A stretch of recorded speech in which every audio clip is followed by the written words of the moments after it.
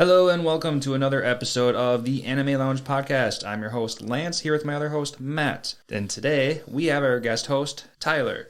How you guys doing? Great to have you back with us. Today's episode is brought to you by The Anime Show. Find a link to their Facebook page in our description of our episode and make sure to give them a follow. The Anime Show is a great source to be caught up on all anime information. We start off each episode with a adult beverage of choice. Today, I am going to be drinking Woodinville straight bourbon whiskey. And I'll be chasing that back with a Leinenkugel's Juicy Peach because Matt wants to get rid of all this stuff because he doesn't like it.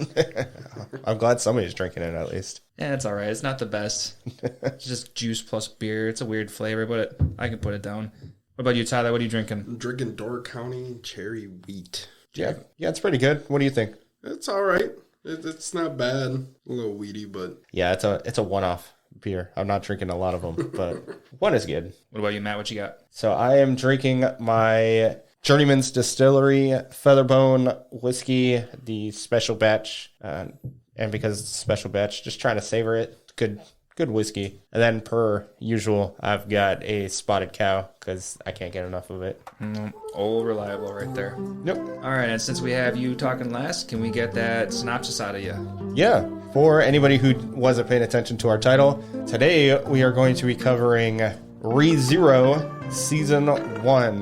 ReZero is about a boy named Subaru Natsuki who got transported into another world. This world has everything your typical otaku would want, especially when you get isekai'd. Unfortunately for Subaru, his only ability was to return by death, which unfortunately he didn't even find out about until after he died. Sounds like a terrible way to go. And throughout his journey, he meets a silver-haired half-elf named Amelia, who he is trying to return the favor from saving him when he first arrived into this world. Using his return by death, he eventually is able to push back all of his enemies, and that's how we get through this story. It's kind of a crazy concept, and I can't wait to keep watching it. Oh, yeah. So much to talk about. Yeah, definitely. But before we get too far, Lance, can you give us that Lance's lesson?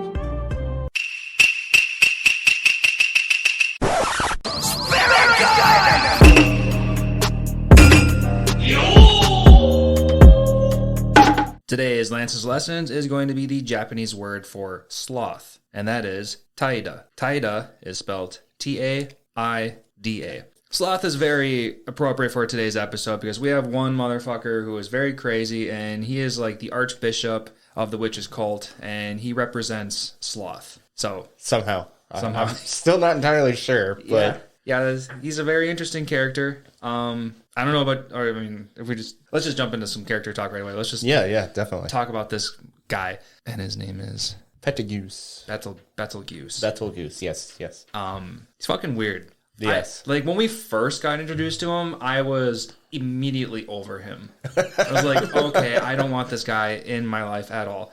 But then, Well, neither did Subaru. Right. But Subaru dies a couple times and he gets reintroduced time and time again. And I'm like, okay, this guy's actually kind of interesting. And he's got that weirdness to him. And now he's starting to grow on me. And I actually started kind of liking him more towards the end. He was just a weird character. And like, I liked the way he was so crazy. And then like, he'd be given like his little speech. And then he'd always end it with, yes! And then like, that would make me giggle.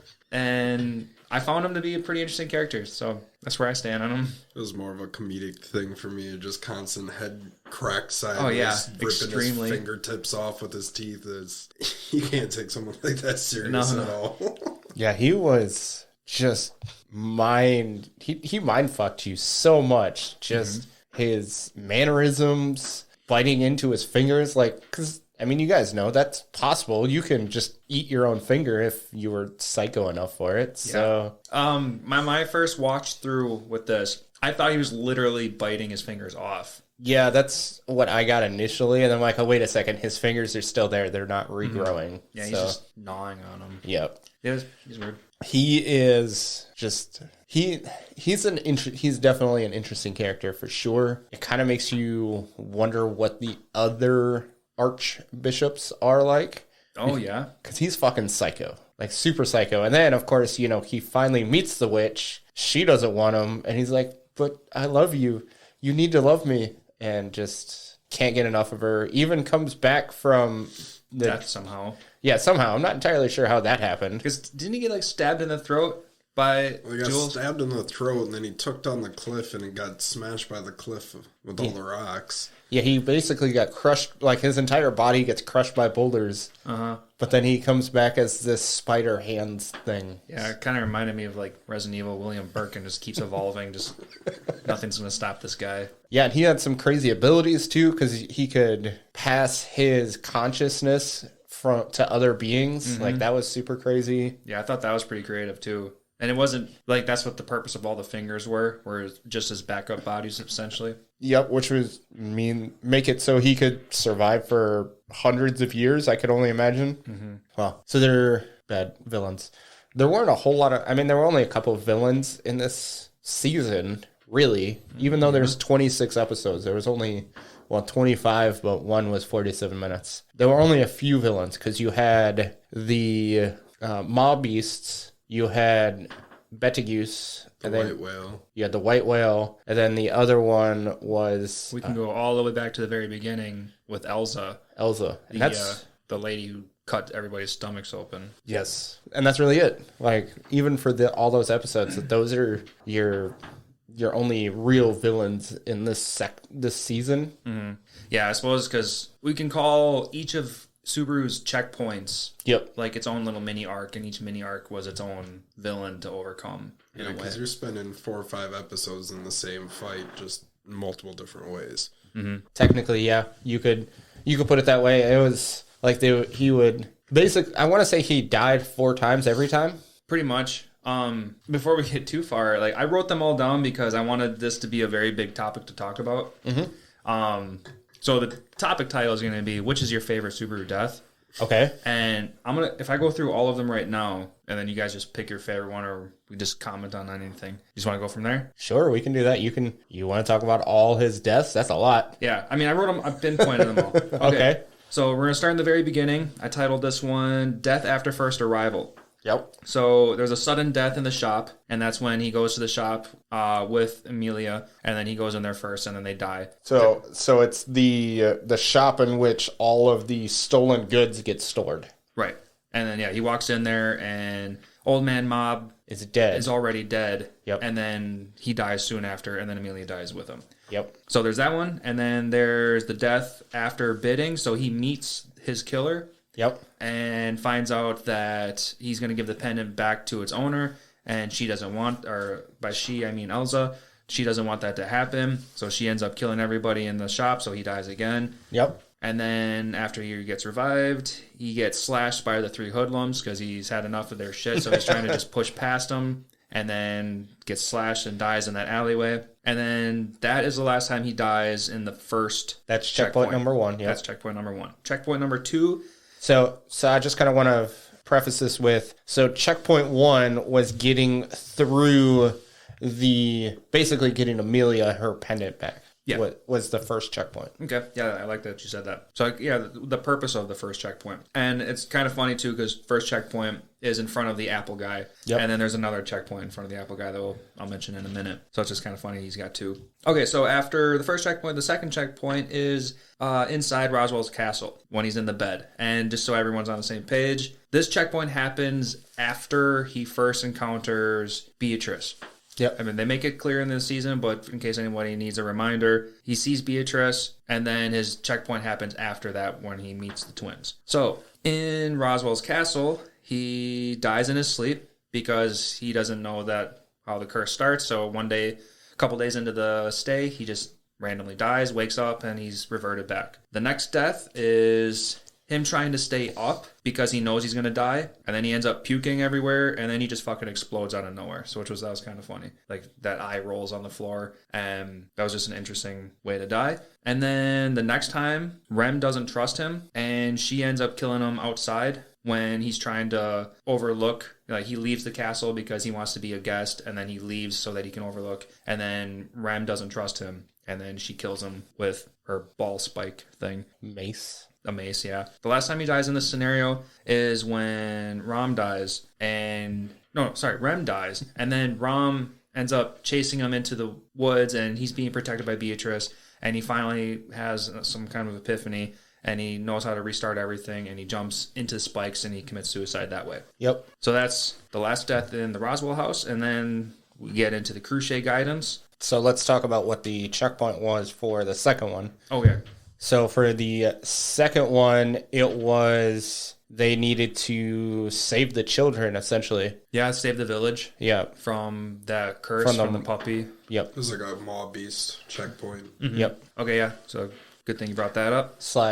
Then you could also say get trust from the Roswell Manor, like get trust within the people of the Roswell Manor. Right, yeah, because they made multiple mentions that he needs to have the twins' support and just, trust all around. And he's got the stench of the witch in him, so nobody trusts him off that because he thinks he's a traitor. Mm-hmm. Right, and then the next checkpoint is going to be deaths after the Cruciate's guidance, and at the end of a route, he eventually makes it back to Roswell's mansion, and shit's going tits up. And he's trying to enter a room, and the doorknob freezes his fingers, and then it eventually freezes his body, and then his head cracks, and then he dies.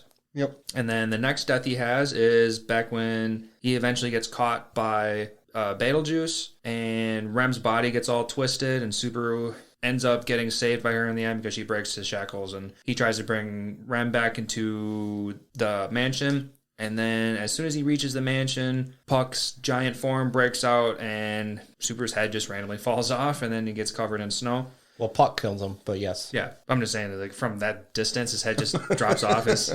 I laughed. Yes. It was kind of funny. It was strange. And then the next death in that same area is after Amelia dies, Puck freezes Sloth and Subaru. So in that scene, Subaru makes it back, and then he's talking to Amelia, and then Pseudo admits. He says it out loud, mm-hmm. and then instead of... Because the witch in that case was like, well, fine, if I'm not going to attack you, I will attack her because that's more important to you. Right. And then she drops dead immediately, and then he's all sad. And Puck ends up finding out, and then Puck's mad that Subaru broke the promises that he made to Amelia. And then Sloth was in the scenario for some reason. I'm not quite sure at the moment. I have to go view my notes, but I have some stuff wrote down.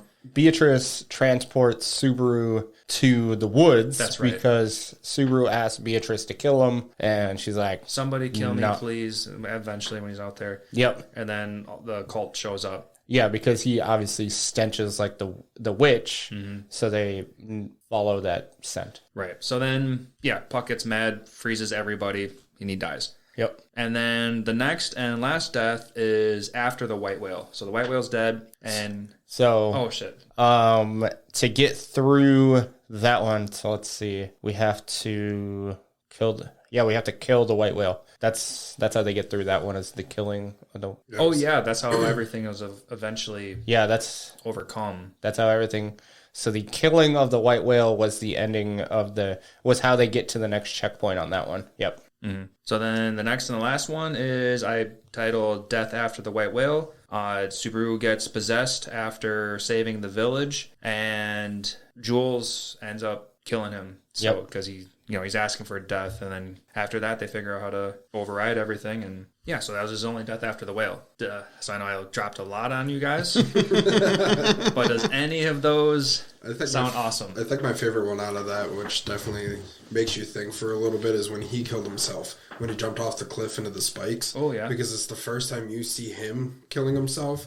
That he doesn't even know if it's going to work like that. Like, if it's a self-death, will you still come back? Right. And it's also, I think, one of the only times he purposefully killed himself to reset the situation. Yeah, that is the only time that suicide has been part of any of these deaths. So that's pretty significant enough. Yeah, I think that's probably my favorite one out of it, because it, to me, had a little bit more of an impact, because it was the first time he basically took the bull by the horns and killed himself to be able to reset a situation. Right. What about you, Matt? You got a favorite one? Man, I would probably say I kind of really liked the one where Puck chops his head off because of the whole episode. Yep. Because that's episode 15, and that episode is probably Like, no matter how many times I've watched it, makes me the most anxious, makes me just the most, like, gut-wrenching. It's just all those feels that you get. And the episode is super good. It's super fucked. And honestly, the episode as a whole is probably my favorite, which I'll ask you guys what your favorite is after you talk about which one your favorite death is. But that's probably my favorite episode. And so that's the first time you get to see Puck in his beast form. Mm-hmm. I guess you could kind of call it that. That's true form. Yeah. Actually, I don't even know. Because, like, he's a spirit. So would a giant-ass beast be his true form? Or is he going to be, like, one of those little balls of spirits? So those are Yeah, he's a greater spirit. Greater spirit, right? I do have more information on Puck. Oh, you do? Okay. Yeah. So we'll talk about that in the manga mentions. Okay. And so that was probably my favorite death because it was just final. Mm-hmm. Like, Subaru thought he was doing something and then just dead. Exactly. So what about you, Lance? I'm 100% on board with you. That was my favorite death. And just like you said, it's because of everything that led up to it. Yep. And Tyler, to put another thing that I liked about your episode or your favorite death was leading up to it was like Rom, her screaming or like her pain and all that stuff was just, that was like the one time you actually like emotionally felt towards Rom, because otherwise, you know, she's kind of just like cold bitch in the background, but like you felt her anger in that entire episode, and I thought that was awesome. To throw out another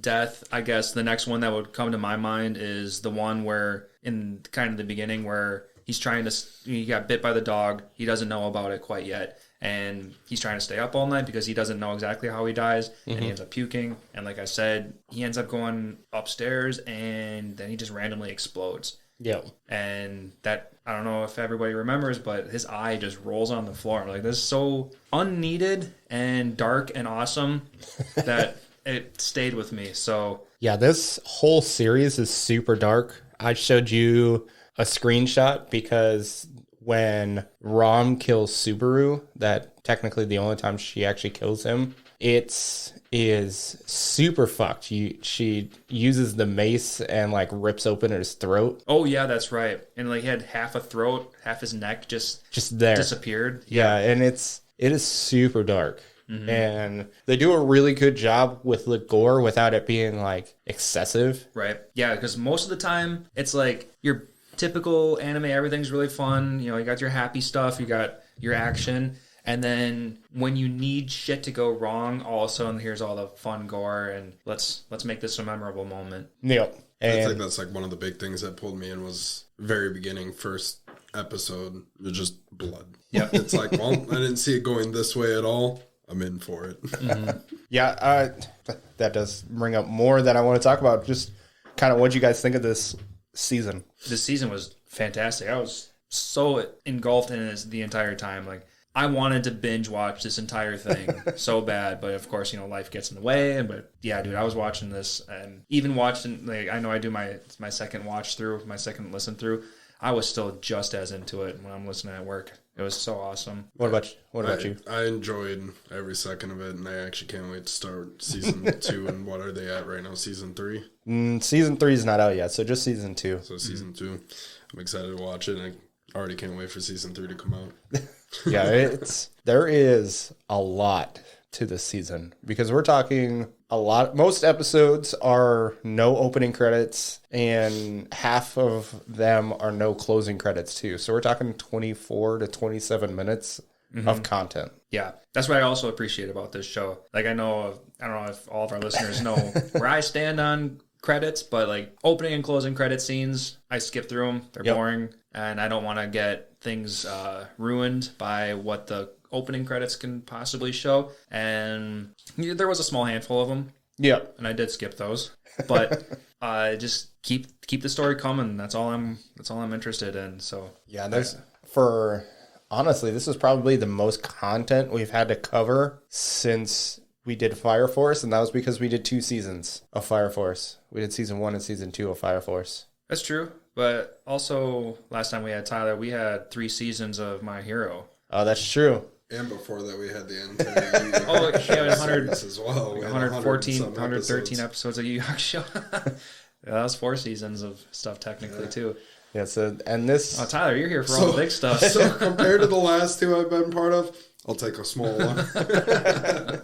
Yeah, this one's not as ridiculous. You could easily do this one in 2 weeks without really trying too hard if you wanted to. As far as the season, as far as watching a 24 episode season, you could really get engulfed in this one. Oh, if you got the time to do it, yeah. Yeah. If you put in a good 3-4 episodes a day, Yeah. then yeah, you can get through the whole thing in 2 weeks. But yeah, so I know, Lance, I've been trying to get you to watch this for, probably like 4 or 5 years now. For a while. This is a 2016 series? Yep. Yeah. And I mean, I've definitely seen the internet talk about ReZero, and this is being people's top favorite. And I'm like, again, I'm judging a book by its cover. I'm like, and then I also don't want to be like part of that crew that just jumps into something that's big because it's big. And Yep. it's big. It's always big for a reason.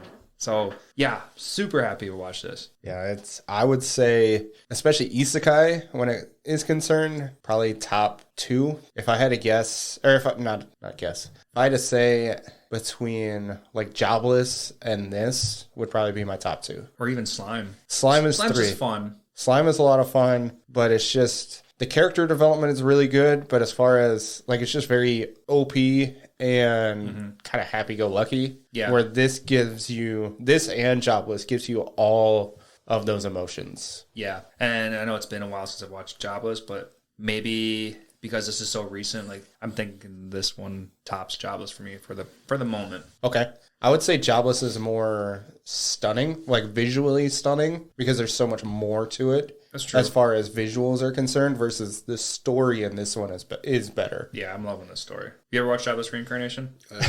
Well, that's definitely something you need to watch. Okay. I got a bunch on the chain to watch, so always is. it's going to go right into the back, and we'll get to it when we can. Yep. Yeah, so it's, rewatching this, it kind of jumps, like, it's really hard to jump into my top 5, but it's definitely up there as far as one of my all-time favorites. Mm-hmm. Yeah, this one's definitely made.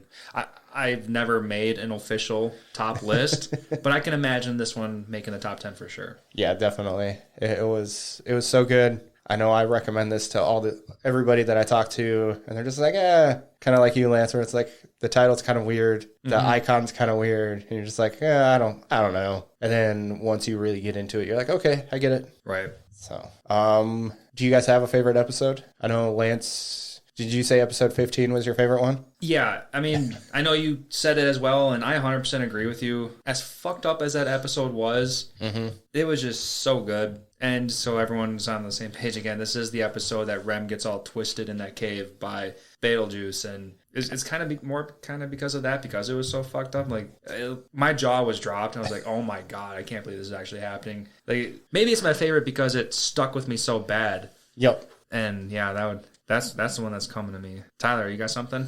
I think my favorite episode would probably have the whole Battle of the White Whale. Okay. It's just the aesthetic look of the white whale and everything, like its abilities it can do with like the fog of illumination, where if you get hit by the fog and you die, nobody remembers you. That whale, everything about that whale, I think we need to spend a couple minutes talking about, because yeah, we definitely need to talk about the whale. Mm-hmm. Yeah, so let's get into some whale talk. Well, before we do that, you want us to share your favorite episode, and then we'll jump into the whale? If I didn't have to pick episode 15, I would probably pick, what is it? Episode, I'm drawing a blank on. Well, give me the idea. I guess we could go into Rom's speech episode. That's probably the one that I... Oh, where she admits her love. And yeah. Like, she spends like 10 solid minutes admitting like all of her love and desire for Subaru. Capital. Yep. Episode 18. Okay, yeah. So episode 18 would probably be the one I say. Only because, like, you get all this emotion from Rem, and Subaru's like, I still love Amelia. Yeah. Like, no real emotion in return, just, yeah, but I love Amelia. I know. All right, well, I guess, fuck. Sorry, Rem. That's... You can be my side bitch. You tried. And who knows, maybe... At least Subaru admits to Cruce that, his heart only has room for 2 people. And Rem. And Rem is the second person in his heart. So, right. At least he does have a little bit, but it's like, Amelia's on a mountain and Rem is on like a molehill kind of difference between the two of them. So it's just, you get so caught up in Rem's just kind of love for Subaru, and then you just have Subaru that's like, yeah, cool, thanks. Yeah, you just reminded me that I love someone else. No, that wasn't a fantastic episode too, because that's the episode that he 100% gives up and wants to run away. And I was thinking that quite often, like, how many times is he going to die before he just says, fuck it, I'm done with this shit, and I just want to go be quiet somewhere else and just live. Yeah, like, I can't imagine, like, yeah, cool, you get to come back to life when you die, it's no sweat. You got to live through that pain, and when you wake up, you're going to remember everything you just went through. Exactly. That pain stays. I don't think I could live with even dying a couple times in random ways and then waking up and be like, not doing that again. Mm-hmm. Well, then, the worst part is like in the beginning, he's got all this connection with these people, and they're just like, who are you? That's the hardest part. He's the one that's making all these fun memories and becoming close with everybody. And then all of a sudden he's got to restart it. And he's got, I don't know, like, what would you guys do? Would you fake your way through everything again just to get that same kind of response out of them, even though it's not going to be fresh and new to you? That's going to be crazy. I don't know what to do. So it depends. Like, if I had the same affection that Subaru does to Amelia, yeah, he obviously sort of truly loves Amelia. Mm-hmm. So even if you have to die 100 times to make sure that the ending, you don't want to say the ending that he wants happens, because that's kind of a fucked up way to think about it. Right. And at the same time, it's kind of like it's not what he wants anyway, because these checkpoints are kind of things that he never wanted to begin with. No, the checkpoints aren't what he wants. It's just how fate. That's something I kind of want to talk to about, is how the checkpoints work. Mm-hmm. But I don't know. It'd be really hard to just keep going through the same conversations, it wouldn't even be the same conversations, because you wouldn't be in the same scenario every time. Right. We saw that inside Roswell's castle, because one time he was trying to do the same exact thing, and then all of a sudden things started changing. Like when he was trying to get the butler suit, and he was like, okay, take my measurements. And then like, we're not going to take your measurements. We're going to go do this thing. And like, oh, well. And he's thinking, well, that's not what happened last time. And he's trying to do everything exactly the same, but not everything's exactly the same. And that's why it kind of reminds me of like the butterfly effect. You change one thing and it changes everything. All it takes is one simple conversation to go completely different, and it changes the whole rest of life. Mm-hmm. Yep. One thing I will say about his return by death is that he does at least make use of it. Like in the Cruciate conversation, where the first time he dies and he tries to essentially get her to agree to help, and he basically like lays everything out and was like, all right, so you gonna help me? And she's like, I don't know, you seem kind of worthless, I'm not gonna help you. And then the second time when he comes back, he actually uses the knowledge that she gave him and creates a strategy to get them to help, instead of just kind of laying it all on the line and hoping that they'll be helpful. Mm-hmm. So yeah, in addition to that, like everything that he learned in the past life just compiled on top of each other, of like how he can use information to his advantage. Mm-hmm. From that, I don't remember her name is, it's in my notes, but that purple-haired girl that's also going in, like she's the one that gave him the information that Cruciate is getting all these people. So I think like Anastasia. Anastasia, there it is. Yep. Gathering all these weapons and all these people and all these carriages. And she's preparing for a war of some sort. And then he pieces together that it's against the whale. Yep. So it took a lifetime or it took a death or two to figure all that out. But eventually, just like him learning how to read and write in this new language, like it took multiple attempts for him to get ahead of schedule, to be on top and be ready. And that's the one downfall about it. You get all this information, but you got to live with the pain of dying each time to pursue a different route to go about it, to figure out the information. Because the first time he grovels at everybody's feet begging for help, and then slowly, he breaks down first, but then he kind of gets his head together and figures it out and actually makes a smart plan about it. Takes information that he's gotten from them that they don't even know they've given him. Right, yeah. We can just bring up topics, too, because I know So I'd already talked about Rem's speech and how heartfelt it was. Do we have a favorite character? Yeah, we can talk about some favorite characters. Oh, I have a favorite character. All right, let's hear it. I don't know if you guys are on the same page, but I'm leaning a lot towards Rem. Okay. Rem was pretty fucking awesome, interesting. She's got that demon ability. Yep. She's got all of this love for Subaru. Rem's got this unconditional love, and she knows full well that he's not going to reciprocate that same love because he's already given it to Amelia. Yep. But she doesn't care, which might be a little annoying to some people, I guess. And honestly, it is. But I mean, that's whatever. But she's so supportive to him, and I guess her demon ability is pretty awesome too. Like she comes in clutch all the time. Yep. And it's also just sad that between the two, she is the weaker one. Even though she has her horn, Rom, when she had her horn, was the superior one between the two. Right. So, because she ended up losing her horn because of the cultists when they were kids. Right. And she always felt grief because she was happy in that moment when she lost her horn because she could now be significant and always held that grudge. And that's why, like, during the speech, she's like, you stopped my frozen heart because that was what was always holding her back. Mm-hmm. Yep. I also kind of just thought maybe for our listeners, we should say, like, blue-haired Rem and red-haired Rom because it might be a little confusing to some people.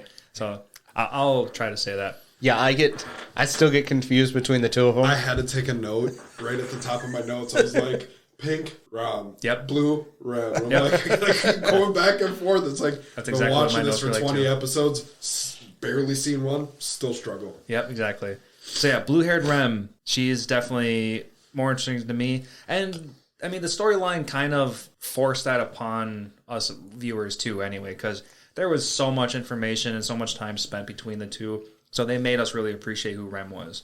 Blue-haired Rem. What about you, Tyler? Weirdly enough, I think this is one of the very first animes I don't have a favorite character. Okay. It's weird. I don't... to me, it felt like you didn't get enough time to form a bond with a certain character long enough, like outside of, like, Rem. Because Rem... Yeah, I think Rem is one of the only people you actually got to see a journey with from the start, from wanting to kill him to wanting to love him and start a family with him. Like, it's... Right. She went complete opposite, but everybody else, it's... You didn't get to see a whole lot. Like, Reinhardt's in there for, 3 episodes. Julius is in there for 2 episodes. Mm-hmm. Beatrice you see for 5 minutes. You just don't get to see a whole lot of everybody to... Okay, well, with all that being said, who do you want to see more of? Weirdly enough, I'm because I know she's going to come back as Elsa. Elsa? Okay. To me, I think she is probably one of the strongest people that they fought due to the fact that Reinhardt couldn't even kill her and she still was able to escape. Well, Did she?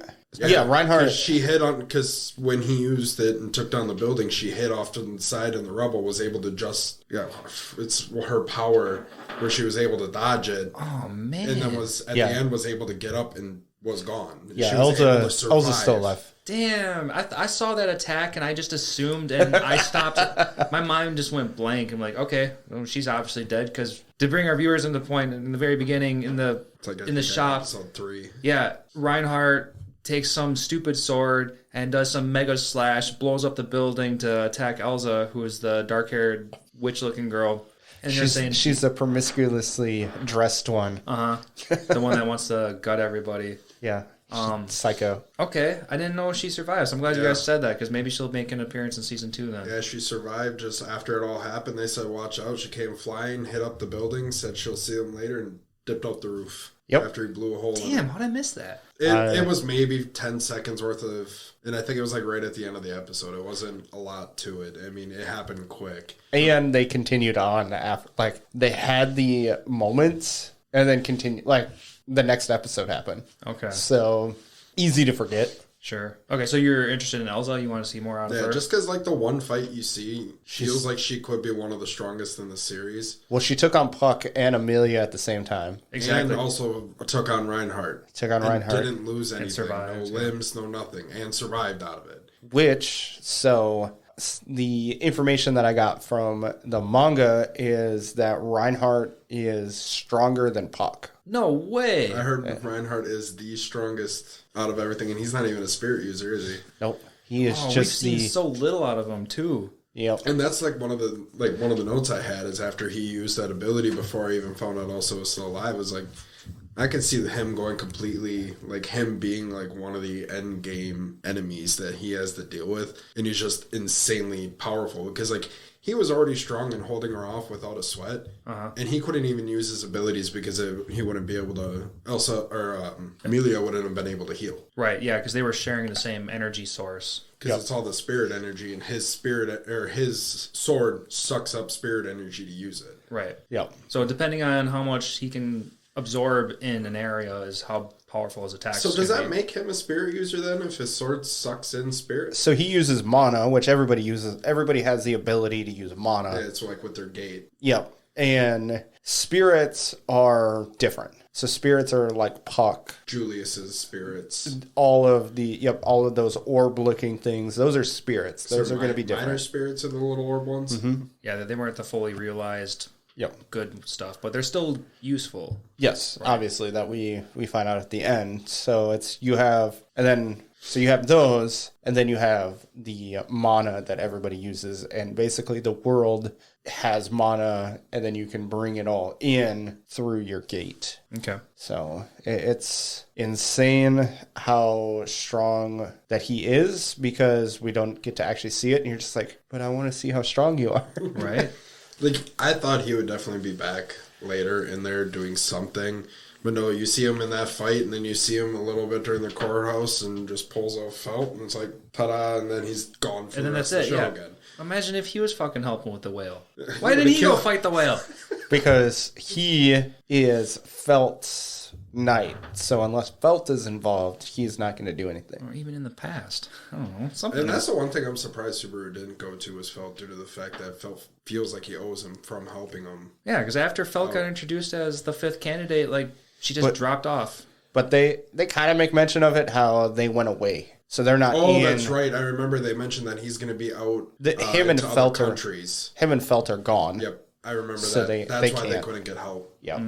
Okay. Because they only mentioned it once, and that was it. That Reinhardt was out of the country, and I think it was like a northern or a western country. Okay, interesting. Cruce is essentially the leader of the area. So, like, she's the noble of the area, so that's why she's still there. Okay. All right, so that was a lot of conversation. Matt, do you have a favorite character? Can we all be in agreement that it's definitely wouldn't be Subaru? Like, no, at least not yet. He's like that annoying main character that doesn't do anything. Right. His best attribute is dying. I mean, he definitely gets. I've heard he gets a lot better, but he still has zero fighting skills. Mm-hmm. He's still can't. All he really has now is he just mentions his ability and he can attract things. So he's a giant lure. Right. But it works out because he doesn't fear dying because he knows he's going to come back. Right. Yeah. So definitely not Subaru. I kind of, well, Tyler, like you said, we really didn't get enough screen time from anybody. We got Amelia, who, no, not really Amelia, because you don't get any real character arc. About her past. That was it. Just about how she shares resemblance with the witch. That's why no one likes her. Yeah. And so you get kind of why she is the way she is a little bit, where she's kind of hesitant with people. But she has no real character building. Subaru is not that great. So there's really not one person except for Rem who you could be like, yep, I love Rem. I want to see more Rem. So it's really hard. One person that I wish we'd get more of is oh man, who's the old guy? Wilhelm van Estrella. Yes, you got a shit ton of backstory with him. Mm-hmm. And like once he defeated the whale, like, you know, got a little teary where he's just like, oh, now he can finally go see his wife's grave and be like, yep, I can live now because we were able to kill the white whale. So was his wife's grave the white whale? No, because if it was, Subaru just done messed that up at the end and just said, well, it's there. Yeah, no, they gave her a fake grave because I would assume she got eaten or something. I'm assuming so. I take it now that she can actually rest in peace now that her soul can be free. Yeah, he truly loved his wife. I'm trying to blank on her name. Oh man, what was her name? That's one thing. Teresa. Therese. I should, have my anime list up, and that would make life easier, right? While you're looking that up, though, another character I'm actually excited to see a little bit more about is Julius. You want to see more of Julius? Because he's a spirit-using sword, or a spirit-using knight, and on top of that, he kind of owned up to his own mistake and realizing he went a little bit overboard. Oh, and he's not that with beating his ass and he's not losing. that typical hard ass. He's like, oh, you deserved it. He's like, well, you did, but I apologize for it. Like, he has a softer side, so it's going to be nice to be able to see a little bit more of him as well. Right. And he did lose his knight status, right? Like, he lost his title? Or No, I think he was borderline. It was kind of like, if something happens, then it's gone. And I kind of bring this up because he changed, like, he tried to make a big emphasis on changing his name from Julius to Jules. Like, I can no longer be known by Julius. It needs to be Jules. Or what?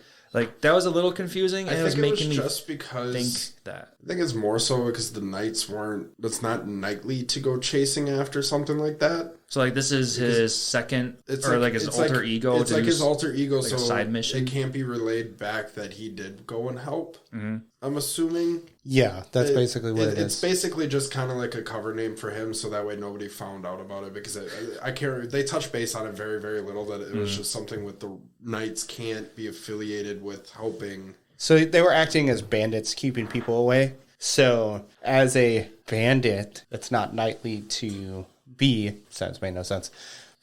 It is not knightly to be a bandit, so he had to use a cover name so that when he's going out doing these misdeeds, nobody knows who he is, even though he's not really doing anything bad. Right. So that's really what it was. The look of it looks bad. It's just the ultimate goal out of it was just to keep people out of harm's way. Right. Because I remember that, because he was in the diversion up back farther, keeping people away from the road. Correct. He was still doing good, but he wasn't doing a nightly duty. So, yeah. And he'd be really interesting to know about. It is the Reese. That is her name. Wilhelm's wife. Oh, the sword master, the original sword master. The previous sword master, yes. Actually, I think it was the first, wasn't it? No. I wouldn't say the first, but just the one of Wilhelm's time. Yes. Before Reinhardt. Right. Before, I think it was technically before Wilhelm, because he took over as those duties. Wilhelm did. Right. And then Reinhardt took over after Wilhelm did. On your first watch, did you guys connect the pieces that Reinhardt was the offspring of the two? What? Reinhardt is Wilhelm's son. I mean, because the hair color. Oh yeah, I suppose. they sure are. Oh, I got this before you guys did. Yes. It took me until on my second watch through. I was like, I mean, I guess these guys are the exact, because it was still a Van Astrea, and he runs down the family down the family line. Mm-hmm. And I guess because they never talked about his family. Yeah, they never said it point blank. You had to just so happen to put the pieces together. But yeah, red hair. You're like, oh, wait a second. Yeah, that was the first clue. I'm like, okay, well, I don't remember the official title. I want to say like Sword Master, Sword Saint. Sword Saint. Yeah, that might be a manga thing. They don't say that I think it's a light novel thing, but yes. Oh, okay. And then I think it's a translation thing into the anime. Why they call it something different? Okay, yeah, sure. Okay, so whatever the titles were the same between mother and son. I think it was Master Swordsman. Master Swordsman, yeah, that sounds a little bit more right for the anime. Yeah, and so I looked at that, and then I did look up the last names. Like, oh, okay. Like, I knew they were Van Astrea, but like I never pieced together that those were his parents. Yeah, because I don't know how old Reinhardt is during that. Because his mom, because if he is, who knows in these animes? I mean, he's probably they're like 10 years old and 18. Yeah, just ripped and then you got somebody who looks like they're 16 and they're 73, and you just never really know. But with his mom being dead for 14 years, you never really know without knowing his age, so it was kind of hard to. Well, then, I mean, if you look at Wilhelm, he looks like he's 100, so. Exactly. Yeah, dude's old. Yeah, he looks like he's easily pushing 70, 80. Still reproducing at that age. I mean, praise to him. At that age? Oh, whenever, I mean, a lot of time has passed between what Wilhelm looked like in the past and what he looks like now, and then to produce Reinhardt, who's probably, I'm going to assume around the age of 20. He does look a lot like his mother. Yes. And like Wilhelm when he was younger. So I can definitely see that being the family. I guess I just never put it together because you see Reinhardt so little 10 episodes before you see the mother. Yeah, you only exactly. see him for a couple minutes. So yeah, that's why I said on this. My it's hard to second put watch, it I saw, together. that's when I connected it. Well, thank you for teaching us things, Lance. Glad you could do that for us. Matt, have you seen season 2 yet? Yes. Oh, then they didn't make that connection in there either? No. Okay. Has he got more than 5 minutes in there at least? No. Oh, no. I'll just let you know. He's still not that relevant? Not even not that. He is not relevant. Oh, my God. That's so sad. Strongest character is The strongest character gets nothing. away for 2 seasons. Got it. Okay, well, that just means that... There's a Felt- lot that happens The in manga season must be 2. lit. Okay, well, that's just going to make me think that Felt is going to be that much more important for later in these series then. Could be. Yeah, I'm not entirely sure. You guys will understand what happens once you start watching season 2. Okay. Yeah, because I'm probably going to end up starting that right after this. 'Cause I know All right. it's, Yeah, it's yeah. exciting. I'm enjoying it, so I don't think I can really wait to watch season 2. I feel you. Yeah, it's awesome. I can't wait to rewatch season 2 because eventually I know we're going to do it because obviously Lance loved it and I love it. So Yeah, we'll definitely get that one in soon enough. But you guys mentioned characters that you're looking forward to. I've got 2 more characters that I'm really looking forward to. Well, I'm going to go with Wilhelm as my favorite character only because of... Oh, we were still on favorite? Yeah, I kind of. suppose. Never mind. Okay, sorry. And just because I can't like Subaru and I don't want to pick Rem. So we'll just go with that. We'll go with Wilhelm. Lance, who do you want to see more of? Okay, yeah. Like you guys were saying, not enough character were flushed out. Yep. But I do want to see more out of Roswell. Okay. And I want to see more out of Beatrice. Because they both seem super fucking powerful. And I want to know past. I want to see them in battle. I want to see their limits. I just want to see more out of them. So season 2, got it. Okay, yeah. Basically.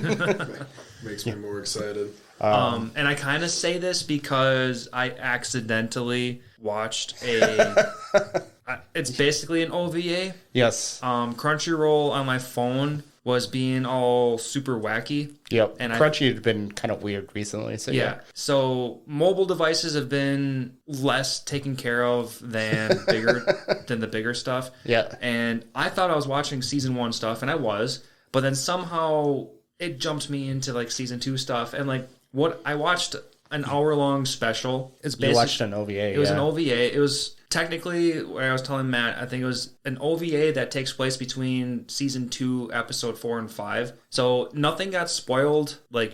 Nothing got dramatically spoiled. It was just some fun story. A little bits of information was fun to share. You just get to see a little bit more of the future and Not even that much. It was a fun episode. So just kind of give us some cliff notes of what happened in the OVA. Okay, in the OVA, Puck has not been battling enough, and he hasn't been using his mana energy. Okay. So if you're a mana user, you have to use mana in order to keep your body at like homeostasis. And because he hasn't been doing anything, he basically got sick, and he needs to expel that energy all at once. Okay. And he's slowly trying to get rid of that energy. And him slowly trying to get rid of that energy turns the castle into like a snow playground. And he's freezing everything. Yeah. And eventually, I'm not going to spoil the whole thing, but eventually they make fun out of it. Okay. And in that episode, they explain how Roswell and Puck went on a battle spree for like a certain amount of time. And like they were joking about how good they were fighting each other and how much fun it was and how much energy they used. And I want to see more of that. Like I'd like to see that flushed out and great animation style to just I want to see some awesome battle coming out of something like that. Okay. Yeah. I will say without giving anything away, your desire will happen. Yeah. Okay. At least I assume you're talking about Roswell In season 2. Yeah. We'll just say a lot of things that you want as far as background knowledge will happen in season 2. Okay. And then still Beatrice too. Like She seems powerful. I want to see her do stuff too because she was acting like a badass guardian to So technically she's a spirit as well, right? Oh, she's a spirit? Like she's just as much of a spirit as Puck is? She made a contract, right? I guess so. So she is contracted to the house, right? Yeah, right. Who makes contracts? Well, I guess I can throw a little bit of a pin in that because Crucier made a contract that she can watch over Subaru as long as he doesn't. That's an agreement, and she as in Beatrice is bound to the mansion / the library, right? Yeah, that one was a lot more specific. So yes, she is Beatrice is a spirit. Okay. But she's a greater spirit, obviously, like Puck. Right. And you get those subtle context clues if you're paying attention in the earlier episodes. Yeah, when they're talking, you get some clues. You're like, oh, okay, yeah, that makes sense. Okay. I guess I didn't think about putting 2 and 2 together like that. Yeah. But before we get too far into this, let's take a break.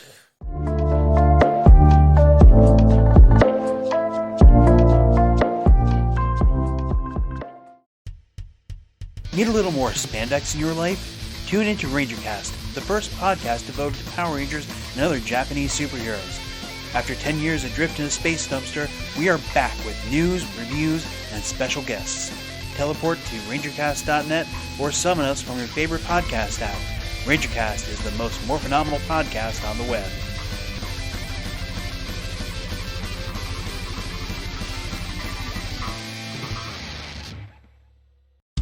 Hello, dear listeners. Do you enjoy playing video games with your best friends? Then I have the pod for you. I'm Philip, host of the Gaming Together, a cooperative podcast. Each week, my co-host Nave and I break down a cooperative experience in gaming, and we are always looking for new co-op partners to join us. So come play with us on the Gaming Together podcast. So I'm standing over this toilet taking a piss and I'm playing my Pokemon, and I dropped it in the toilet. I remember the Game Boy just tumbling into water. And I remember screaming for my mom, trying to get this Game Boy. Wait, how old were you? And she yelled at me. Oh I was my just, god. like, traumatized. I was like, no, my Pokemon. That's Gaming Together, a cooperative podcast. Come on down, co-op partners.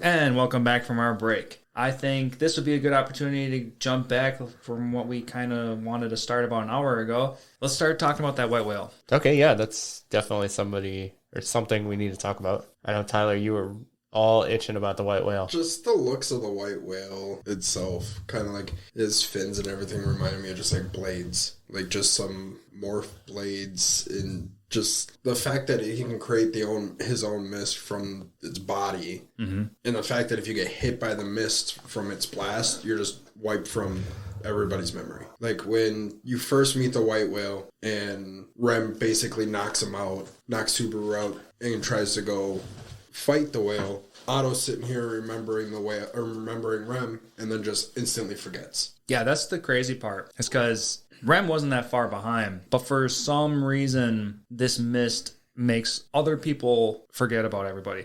And it's not just those who have been in the same area, because everybody in that area forgot about Rem.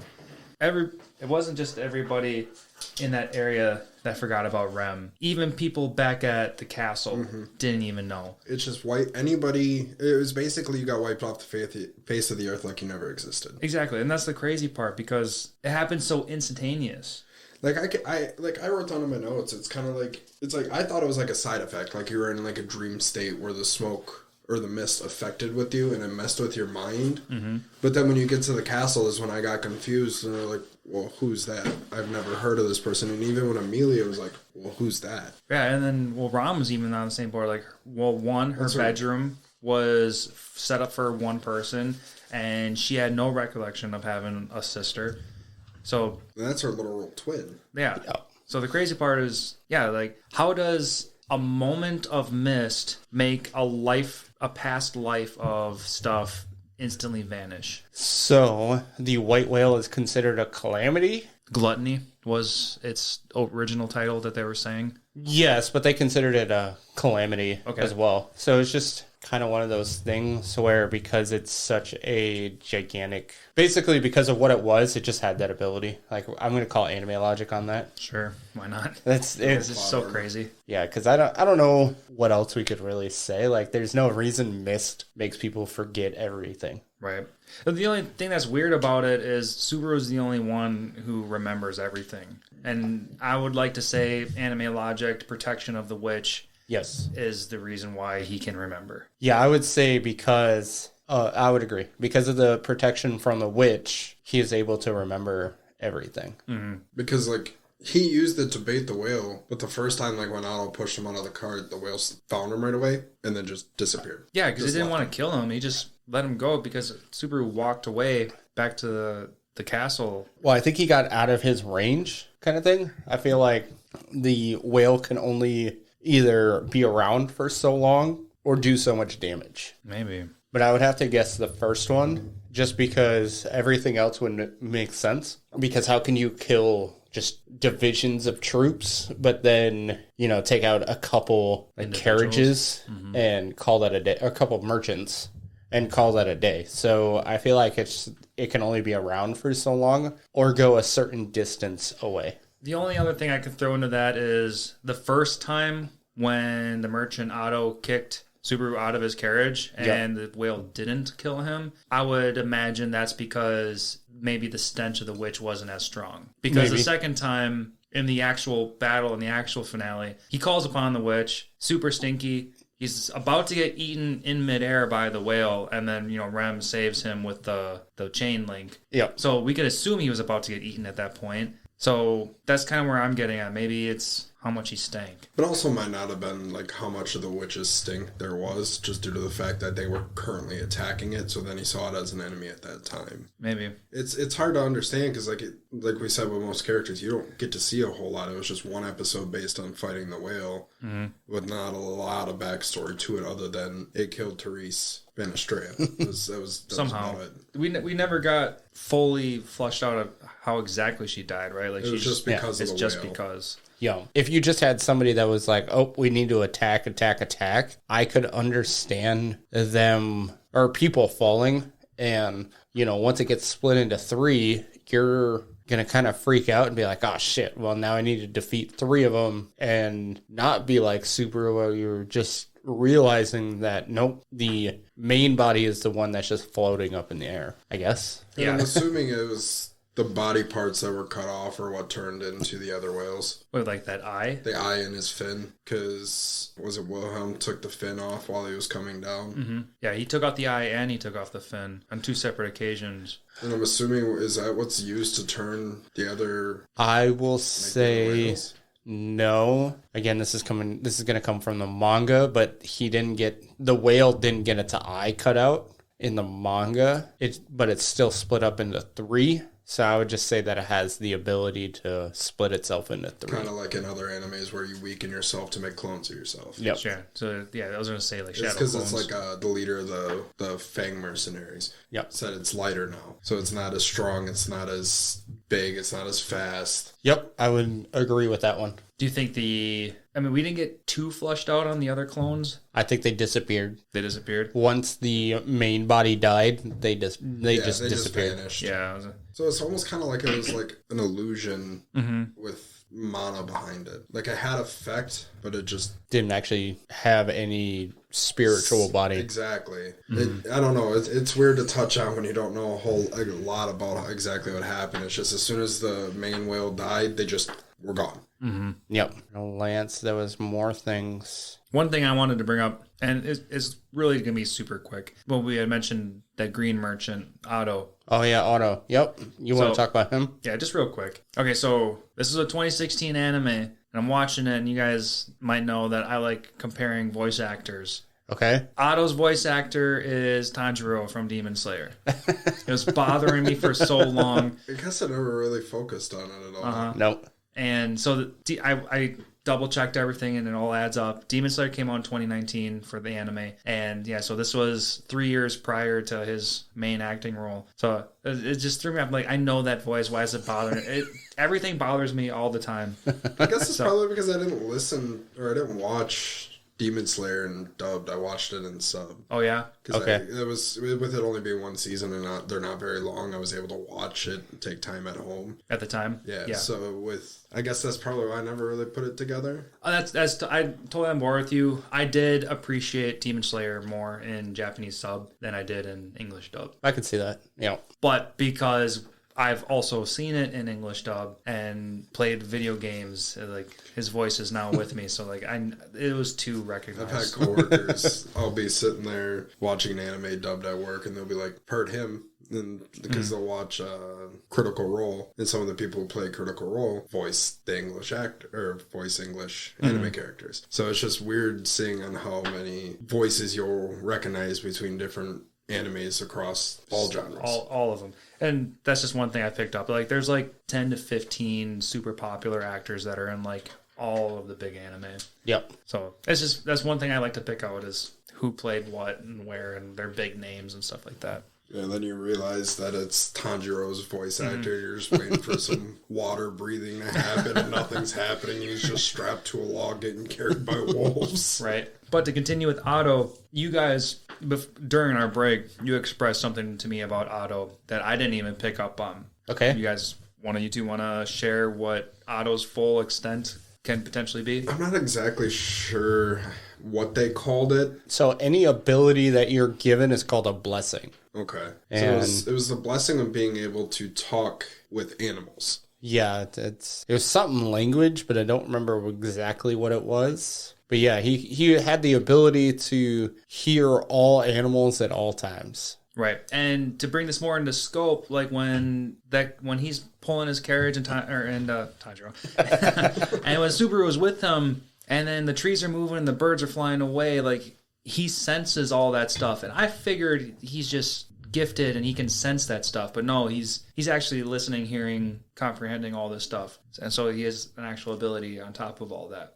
Yeah, his ability is really cool. I'm wondering if you'll get more of it or if he's just kind of going to be a one-off character. Yeah, I can kind of see him being a one-off. Because it's like we talked during the break. It's kind of like Rom's ability, where she can see through eyes of people of things on the same wavelength. Yep. Where he can communicate. So it's like the same thing, but it's not. But I don't know if I could see him coming back. No, not too much. All right. Yeah, it'll be interesting. I'm curious what he was trying to sell. Because, oil. Was it oil? It was some form of oil that was out of season. But wasn't that the first time? Didn't he ask? No, no, because he got captured. And then, okay, yeah, so it was oil. So Yeah, because the first time was when he pushed him out and he was trying to get rid of oil. And Yep. then the second time he was captured. Yep, he was captured. And then he was. was like, I'll only do this if you buy whatever. And Subaru's like, yeah, okay, I'll do it. I don't even think he was able to say bye. He's like, if you could do one thing for me, he's like, whatever it is, I'll do it. I don't care. Just do this for me. Yeah, because basically Subaru already knew. And it was about his the oil predicament because was. he couldn't get through all the oil. So I'm curious, did you guys pay attention to not why the witches cult was so obsessed with Amelia, but like what they were trying to do with Amelia? Weren't they trying to find pride? No, that was Subaru. I think they were, from what I thought I took from it, was Sloth wanted a good host body. And I think he wanted her body to be... Is it because she was the closest resemblance to the witch with her being a half-elf and silver hair? That's kind of what I was... So are you taking saying from it. a body/vessel for The witch. himself or the witch? The witch to be reborn into. Oh, I guess now that we're talking about that makes more sense. Because I remember they did talk about it at one point where they wanted her reborn into a suitable host body, and that's who they figured because it matched as close to the witch herself. Okay, yeah. So at first impression, I thought that's what Sloth would have wanted. But now that you guys are bringing it up, the witch needs to be reborn or, retransferred. And that's until Betelgeuse realized that the witch is inside Subaru. Uh-huh. Is it the same witch or different witch? So Because isn't the one inside of him the Witch of Envy? it is the same witch. Yeah, because they made mention that when you say the witch, they mean the Witch of Envy. Yeah, I smell Because that is too. like the... So I know it's like, weren't all the other witches dead? And she's the only one? Or is it just she's that despised that when you refer to witch, it's always to end? That sounds familiar because I think they made mention that the Witch of Envy, absorbed all of the other witches. Because Now she is. there's technically 8, but they don't have pride. So not witches. You're thinking of archbishops. Yep, okay. Right. So yeah, I think there's 7 witches, and she absorbed the other 6. Right. Maybe? So I think she is like the one and only witch Right. that's available. She's just the witch. Yeah. She got everything. I think she's the most powerful / desired, and that is what it is. Because, if you want to think of it in terms of what we have, where, you have Catholicism where they believe in one God, and then you have Buddhism, which believes in another God, and you have all these other religions. You could almost think of it that way, where it's like the witches cult believe in not really believe in the Witch of Envy, but just that's who they actually Worship. Yeah, that's who they actually worship. Even though there's other witches, that's the one that they picked to be worshipped. Okay.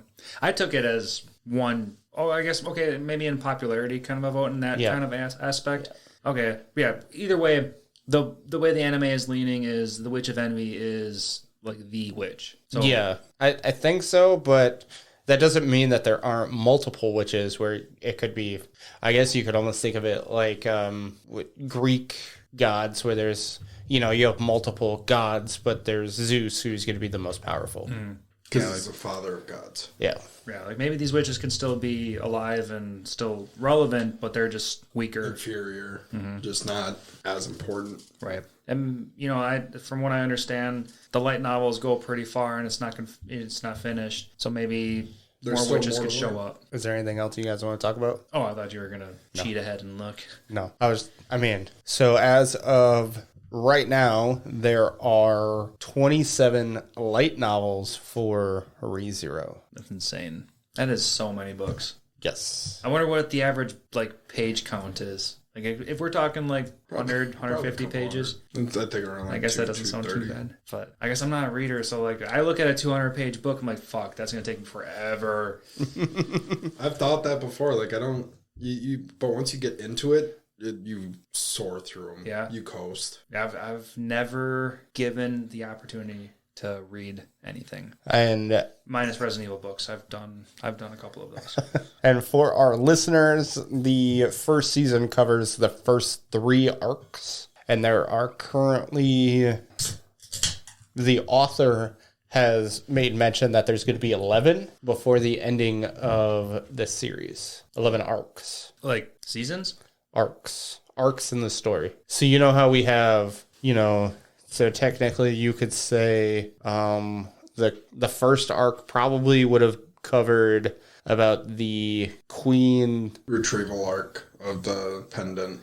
Not necessarily the pendant, but just everything up until the white whale. So everything that dealt with the Queen's Council and the... So kind of like the selection process. Yep, all of that.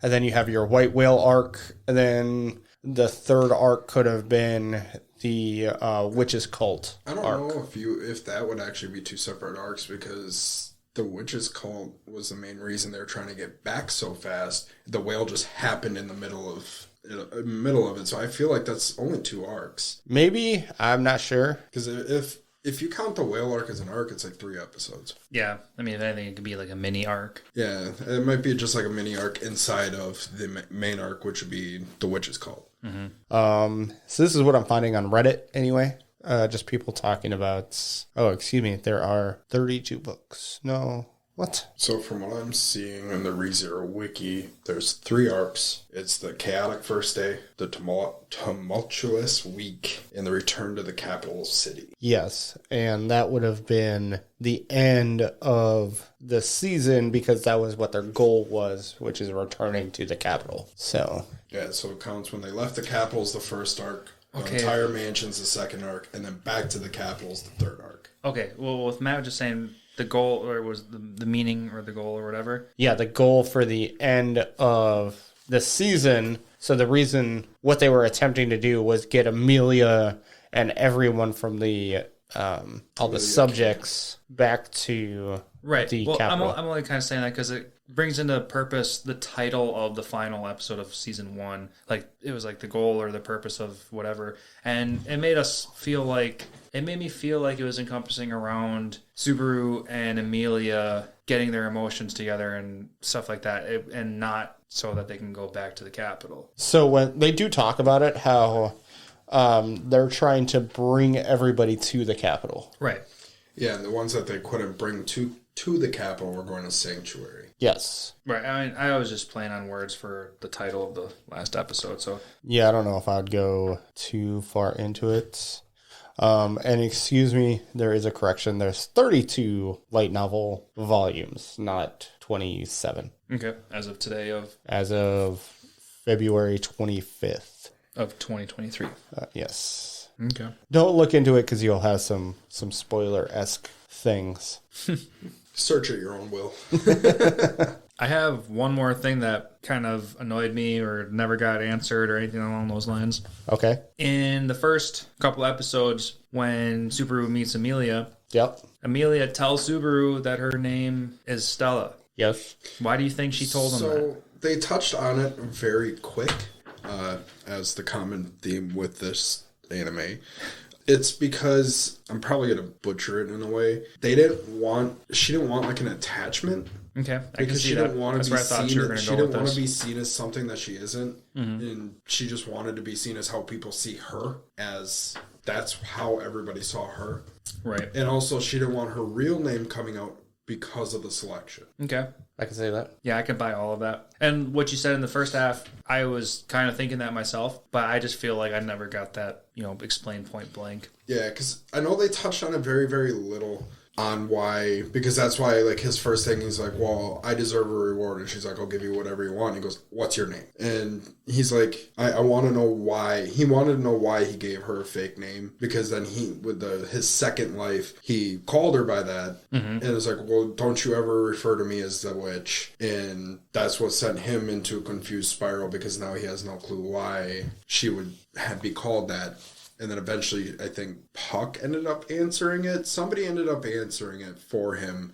But it wasn't like a big conversation. It wasn't something important. It was just, I think it was like the first episode or two inside the mansion. Yeah, I guess I wasn't paying that close attention. Yeah, that's kind of what I got too. So I really don't have anything to add to that one. Okay. One other thing that I could throw out there that this is going to be a complete throw-in. I have no idea how I was going to encompass this into our conversation, but I'm going to play a quick clip of one of my favorite noises that came out of the anime. Okay. So I'm just going to throw it in right now.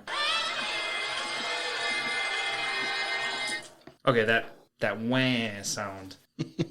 That always got to me really good. And I love the sound, because that was the sound of the witch Oh, coming after him. That every time you heard that was around his death. And I took it as that was the sound of the Witch of Envy restarting his life. yeah, because it always came around It always came when he died. after the death, right? Yep. Yeah. Yep. Okay. Yeah, that... It was just like an eerie sound, but I loved it. Yeah, exactly. It was eerie, and you knew shit was real. Because it's like yeah. it personifies the sound of death. Mm-hmm. And it gives the meaning behind you're going to get another life out of it. But it was just it's like, he dead. Oh, speaking of getting another life out of it, how many times did you guys think throughout the season, how many of these restarts are you going to get? When is it going to be questionable to die again and not get reborn? Because I know, a lot of times when it comes to powers like that, there's usually a consequence. Mm-hmm. You lose strength, you lose power, you lose sight, you lose something. Normally there's a consequence to it, but he's literally seen no setbacks. So I don't really know if there is a limit. Right? That's kind of what I'm thinking too. The biggest thing I'm thinking is, what if he calls upon the witch too many times? Because we've seen him, he wants that stench on him, so he's like, I have the power of rebirth, and that witch holds his heart, and then he gets pain. But what if he calls upon it another time, and it's gonna get even tighter, it's gonna get even more intense, and then what if it kills him, and what if he never comes back? I mean, of course, they can't do that, because otherwise, what's the point of the show? Yeah. But I feel like eventually there's gonna have to be that fear of him. If he dies one more time, then he's not going to come back. Because I think it's all probably based around how far he can get the explanation of it out. Mm-hmm. Because the one time he was actually able to fully say it, that's when Amelia died. Oh, did he fully say it? Yeah. He fully said it. It was the first time. And if you notice, it went to crush his heart. Well, what is his heart? It was her. So that's why you saw it caress the heart, and then she died. Interesting. Because it took from him what he loved the most. Right. Because it wasn't his own life, because he knew he had the life to play with. It was her life that he set out to protect and to guard and to keep her safe. Okay. I like that. Yeah, me too. I really like that. If you guys don't have a quote in mind, I kind of want to bring up favorite quotes. I don't really think I paid attention to the quotes. Because there was one that I laugh every single time. Which one was that?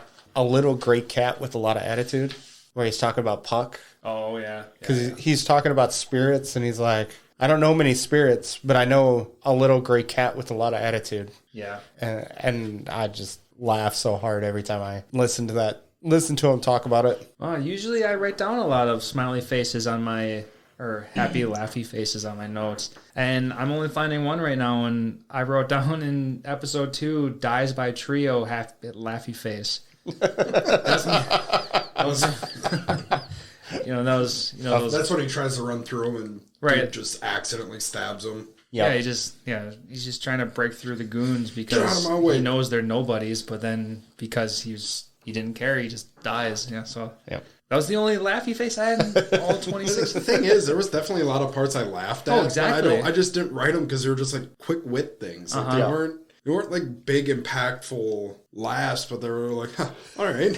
Yeah, I guess I must have been too focused. I was probably too in the middle of a workout. Well, anyway. I mean, you missed Elsa Living, so I could see you missing some jokes here and there. Oh, that's true. I guess so. Do you guys have anything else you want to talk about? No, I think I've got everything else. One thing just one tiny little thing that irked me when I was online reading and listening to people. Rom, red-haired Rom. Pink hair. Pink. It's pink. Or Pink. Her name is spelled R-A-M, and I can totally understand why people would call her Ram, but the English anime did pronounce her name as Rom. Unlike Old Man Rom, the big muscular guy who was rooming with Felt, because he's also like Rom, R-O-M. Yep. But I just wanted to make this clear. Right. English pronounced it as like kind of like a harder O to almost A. Like it's Rom. Yeah. Not Ram. And I understand it's not the difference. ramming things. Right. Like, yeah, I understand the confusion, but I just want to like let other people know. Yeah, it's more confusing, the distinction between the two of them, than her name. Right. Yeah. Yeah, that's definitely for sure.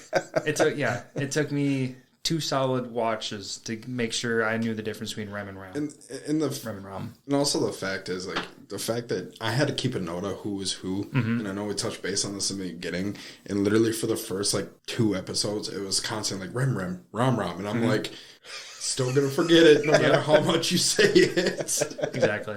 The fact that they're twins, like if I ever had twins, I would not have their names with the same letter. I couldn't do it. It would be too hard. It would be difficult enough for the parents to distinguish. I mean, of course, you're the parents, you're around them all the time. You'll eventually figure it out. But if they're identical like those two, besides their hair, you'd probably be like, you're still going to question. Someone's getting a different haircut. I got to tell some sort of haircut. way. Yeah, but yeah, even friends, family. No one's ever going to know their friends. They're going to go their entire lives and be like, okay, who is who again? Yep. So the life of a twin, it's never easy. I wouldn't know.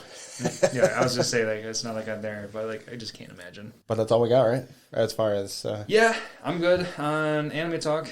All right, so I think that's good timing to get in some mass manga mentions. NANI?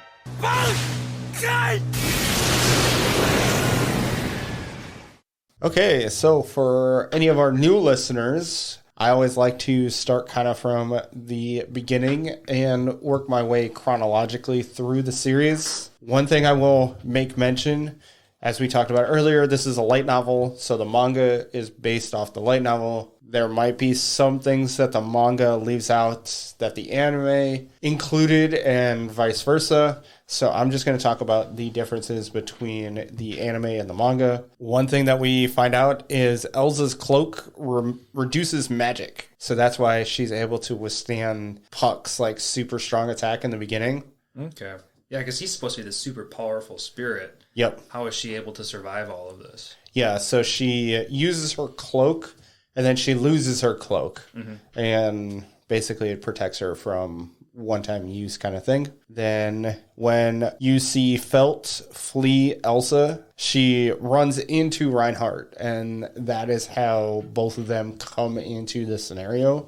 Versus in the anime where Reinhardt just kind of magically appears, it's because of Felt. Well, in the anime, Felt did find Reinhardt, and she explained to him that there's trouble, and he shows up because of it. Oh, okay. Well, then apparently I missed that. Oh, okay. Cool. They go into a little bit of the plague that killed all of the royal bloodline. Basically, it only affected certain blood types, which just happened to be the royal blood type, and that's why all of them died. Oh, was that explained? Or was that mentioned? They just said that the royal bloodline fell apart and like died, but they never specified why. Oh. Yeah, there was a plague that attacked only the royal bloodline. Okay. So, yeah, that'd be it's kind of fucked up to think, but it'd just be kind of funny because you get random people that would die and be like, oh, apparently that's a bastard child, and you got all these random kids that aren't. Oh, okay. That'd be some fun drama to be flushed out in. No, it's not going to happen, especially in this. But it'd just be like, oh, right. Well, that just makes me think of Game of Thrones, like random ass. Like, I knew you were cheating. Yeah, it just random ass bloodline guys just dying. Yeah, that would be the first time Subaru talks to Roswell about a reward. Subaru basically was a lot more menacing about, I could ask for these things, and I could ask for that, and I could ask for this. And he's like, yeah, but I just want to be your maid. Like, he just makes it a lot more dark where he could ask for all these things, and then eventually he just asks to be a maid. And in the anime where they're kind of talking, they talk for a little bit, and then Subaru's like, and I want to be a maid and work here. And you're just like, oh, okay. Well, apparently that's what's going to happen. Just a little bit of difference. I'm drawing a blank. Who was the first person that tells Subaru about his ability to use magic? Puck. Yeah, it was Puck because Puck had to help him be able to release it to control his gate. And he's the one that told him that there's three attributes, and then there's 2 special attributes. 4. And then, There should be 4. No, There should be fire, water, earth, and then light and shadow. And wind. Wind? I don't think I wind. I don't think it's wind. I think there was 3 and 2. I thought there was 6 total. Damn it. Well, I didn't write it down. I didn't write it down either. We'll go with 6 because Tyler seems very sure of himself. But in the manga, it is Roswell that tells Subaru about magic and his affinity. Okay. It is in the bath scene, by the way. Oh, so that was early. Yeah, it was early. Interesting. They go into... It was 6? Yep, okay. There's yin, yang, which are your shadow and light, wind, earth, water, and fire. Okay. Because I believe Ram is wind. Yeah, she had the wind slashes. Yep. That's why I knew that there was a wind one, because she had wind. Okay. Makes sense. And I know they didn't touch in it, but I know Amelia has a few different kinds. So Amelia is a water. Light... She's got water because she does water healing, but she's able to use ice because of Puck. Yeah. Anyway. Ooh, speaking of that, I need to put a pin in real quick. That reminds me of one of my notes. Puck keeps calling Amelia his daughter. Mm-mm. Well, that is something I wanted to talk about that I forgot about. Too? Okay, so Puck, we see him use all of these ice abilities. Yes. And especially with that OVA that I explained a little bit earlier, he's expressing all his snow abilities. Okay, in episode 6, at 6 minutes and 26 seconds in, Amelia explains that she's accompanied by Puck, who controls fire. And that threw me off so bad that I needed to make that specific note, because I've never seen Puck use any kind of fire. He does use fire once. What?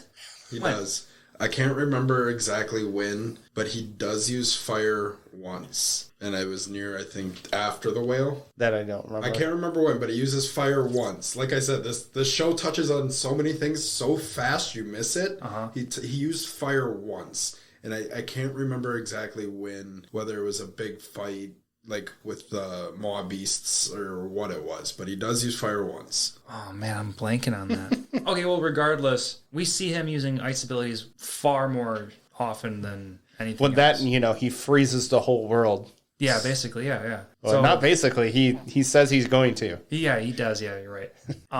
So I'm just curious on why they made that statement. One thing I can say is that he is pulling Amelia's affinity into his own ability. I don't know, maybe. I don't know either. That's all I can say. I haven't read the light novel. Maybe they go into it. Yeah, so listeners, if you know anything that could help us out. Or they just misspoke, and here we are. Some stupid translation that ruined everything minorly. Yes, only the weird people like us who paid that close attention. Right. But to go back into the manga mentions, they make mention that whoever does become the next queen will have to make a deal with the dragon. So that's basically I can't wait to see more about the dragon. Oh, I know. I can't wait. So that's basically the biggest thing that I'm taking away from the selection is that who is going to be the best ruler and who is going to be able to make a deal with the dragon. Mm-hmm. Because the dragon could basically say, you know what? Yeah, I don't care. Fuck off. And then just destroy the whole nation. A fun fact I read about Puck. Ice magic is not water. It's fire. Ice magic in ReZero is fire because fire is based on controlling temperature. Okay, I can see that. All his ice abilities is fire. It's just he's controlling the temperature and not creating flames, but creating ice. Okay. So he's like the humidity god. I'd say temperature god. God. Yeah. Okay, I like that you Thank you for looking that up, Tyler. I just wanted to do a little research and find out the episode of the fire so we could check it out. And all of a sudden I saw that and was like, I mean, that explains it. So technically he was using fire the entire time. You always thought frozen fire. You just thought water, ice, close enough. Sure. Water, ice, close enough. This note is about how Rom just obliterates Subaru, like takes off his leg and takes off other body parts and then destroys his neck, and that's how he dies. Oh. So from that snapshot you showed me? Oh, yeah. From the third time he dies. So the time in which Rom kills Subaru is... Because he was out in the woods trying to sneak on who the shaman was. Yes. You find out that the word witch is tabooed, so you're not supposed to say it, which is why Amelia freaks out when he says witch, and also why the people in the capital have such disdain towards Subaru when he says the word witch. Mm-hmm. I guess that makes sense. Little context clues. It is Beatrice that tells Subaru about Satella, and that she is rumored to be a silver-haired half-elf. So up to this point, Subaru had no idea about why Amelia was... referred to herself as Satella. Well, not herself, but just referred to as the witch. Oh, there was like an explanation of the hate. Yes. Sure. Then during the flashback of Rem talking about their past, you see her talking with a different maid who wasn't in the mansion. Basically, this is going to be season 2 stuff, but you find out about another maid that worked in the mansion at one point. Okay. Subaru tells Rem that he's trying so hard to save them because she's the first girl he ever dated. Because according to Subaru, do you remember what a date is? Spending alone time with another girl. It's like, oh, by that logic, then you and Rem were on a date. I'm like, oh, no, not like that. Yep. Yeah. So that's just kind of funny information. Okay, yeah, I like that. Brings everything in a little bit more. Yep, full circle. You actually don't get to see Ferris and Wilhelm at the Roswell Manor. You just see Subaru and Amelia talking about them. So they can kind of skip that little conversation that they had. Like after or before, like around the whale scene when they were trying to... So prior to them going to the capital. Right, because when they were trying to explain the blank letter? No, way before then. Is this guy the merchant? Way back then. So Ferris and Wilhelm went to the Mathers Manor to talk to Amelia, and I'm assuming that's when they went and talked to Roswell about getting Subaru healed. and because that is before the selection. And that's why they ended up going to the Capitol. Yes. I'm assuming it's just so that scene in the anime, all you see is Ferris Wilhelm talking outside the manor, and then Subaru comes up and starts talking to him. Well, in the manga, you don't see that whole section. You just see Subaru and Amelia talking about them. Not really the end of the world, just, again, stuff that may or may not happen Like in a quick either. shortcut. Yep. Oh, it's Old Man Ram hides Subaru and Priscilla from the thugs. So you know those guys in the alleyway? Subaru basically takes Priscilla away, and then they run into Old Man Ram, and Old Man Ram is the one that hides Subaru and Priscilla from the thugs and uses his intimidating self and was like, nah, they're not here. I haven't seen anything. Go the fuck away. And so they leave. And then Subaru and Priscilla, well, Subaru talks to Old Man Ram for a little bit, and Priscilla they walk away back into attempting to find basically where they came from. As opposed to what happened in the anime is Subaru helped out Priscilla, the other red-haired candidate. Yep, the fiery one. The fiery one who says everything works in my favor. Yep. And then as soon as Old Man Ram shows up, the others are like, oh, okay, no, this is clearly out of our advantage. So they dip out. So I think is it Al that shows up? I don't think Old Man Ram shows up. Yeah, Old Man Ram does, because he's walking in the alley, and then he's like, oh, I didn't expect to see you here soon. Oh, yeah, that's right. So they basically, it's a similar scenario, but they run into him instead of him running into them. Right, so it was like in the anime, it was essentially 3-on-3, but the thugs got scared and they ran away. Yep. And then Al and Amelia show up like right after. And that is, so with the running into Old Man Ram is when Subaru explains to Ram about what happened to Felt. Because at this point, he has no idea because he woke up from his basically pseudo-fatal injuries to Felt being gone. So, and when Subaru gets back to the alleyway, Amelia's there, and the thugs come back with about 15, 20-ish people, and Rem comes, like, Supermaning from above and just takes out one of the leaders by jumping on top of him, and then they all run away. So it was funny, but just slightly different scenario in which what happened. You specifically see Roswell tell Rem, essentially, let Subaru do what he wants. Oh, yeah? Yeah. And that happens before the Queen selection meeting because Roswell kind of just wants to see what happens. Mm-hmm. Yeah, he wants to see if he's worthy of trust or something.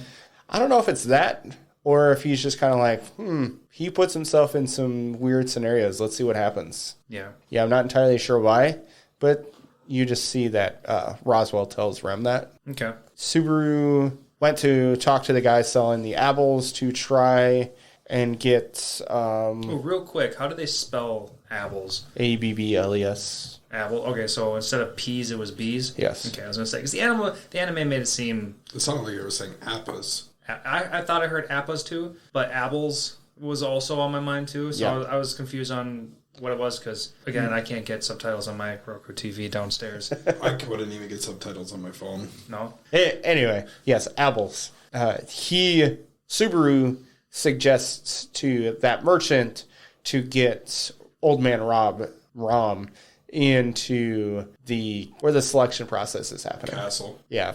Wherever it's being held. Yeah. Words are hard.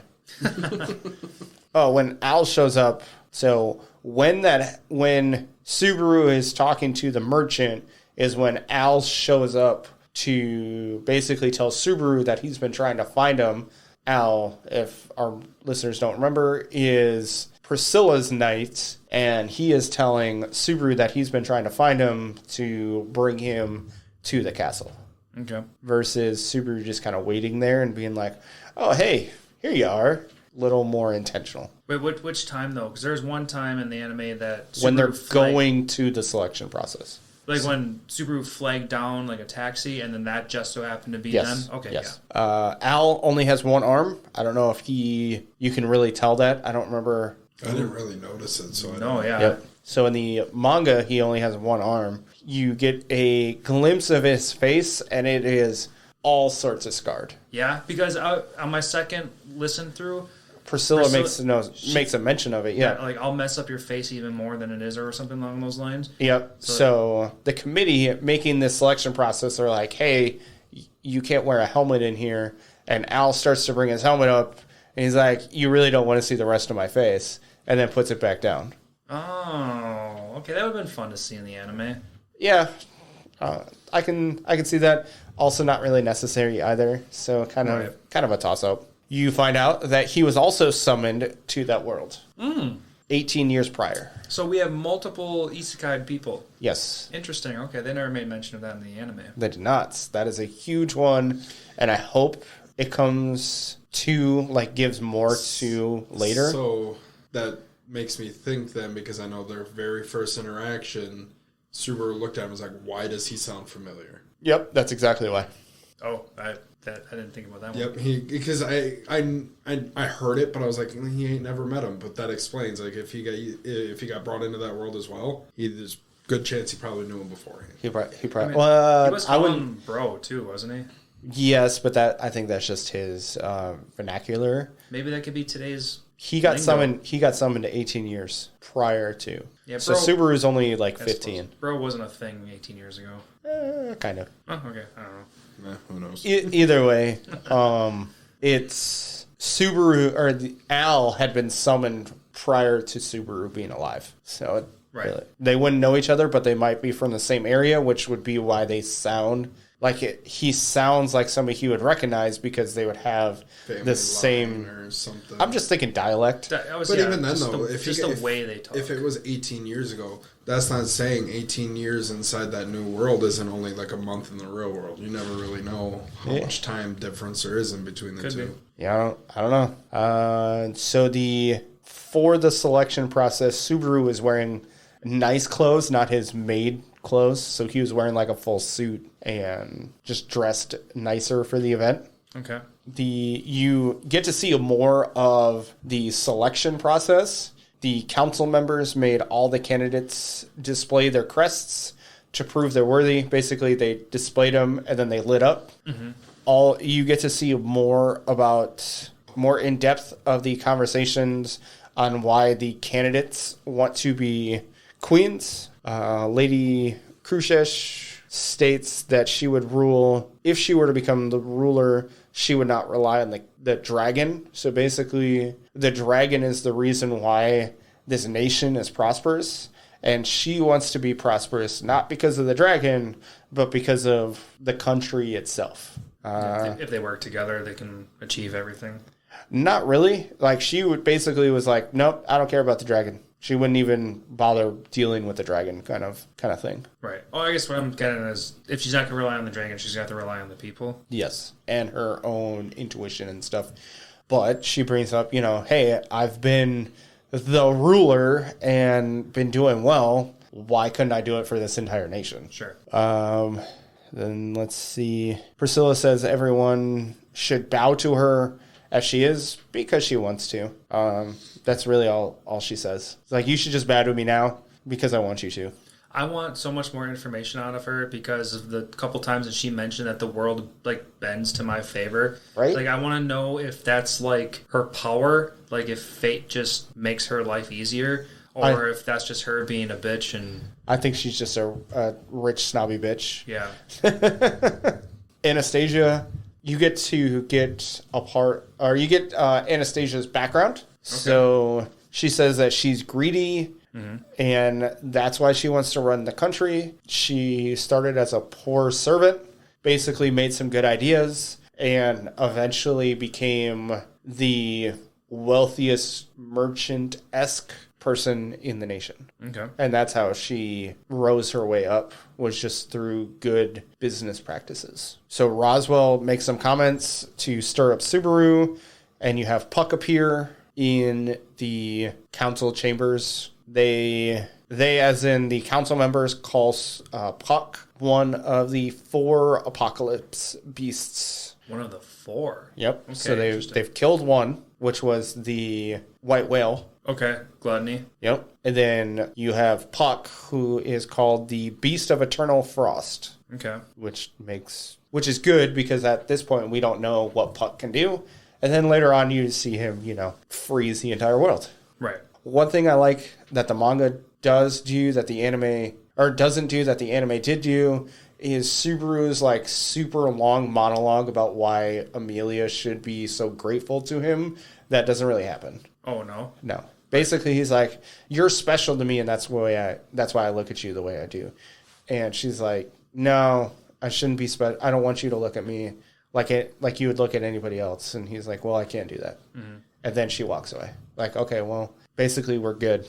And then walks away. So Ferris said, having Wilhelm like you is as fortunate as having the witch have a thing for you, which I found funny because, the witch does.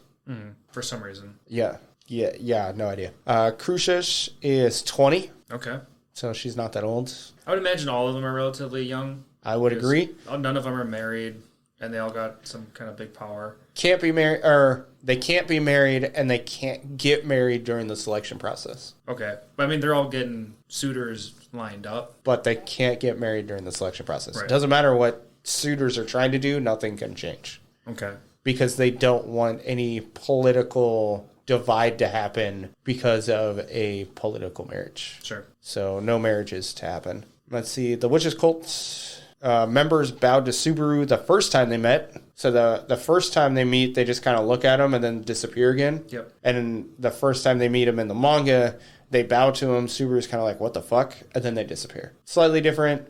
I took more of they kind of knew who he was at this point already. You don't see Petigue's killing Rom in the same manner. Basically, he uses one of his hands and slashes up her body, like the middle section of her body, and then just leaves her to hang. Like, he doesn't twist up her entire body the way that he did in the anime. Oh, okay. But she still lives enough to, break him free? And Basically, the same thing happens, but minus the twisting of all the limbs. Okay. So, when Puck freezes Betigu's and Subaru, he says something, but we don't know what he actually said. You just see his mouth moving and the world freezing.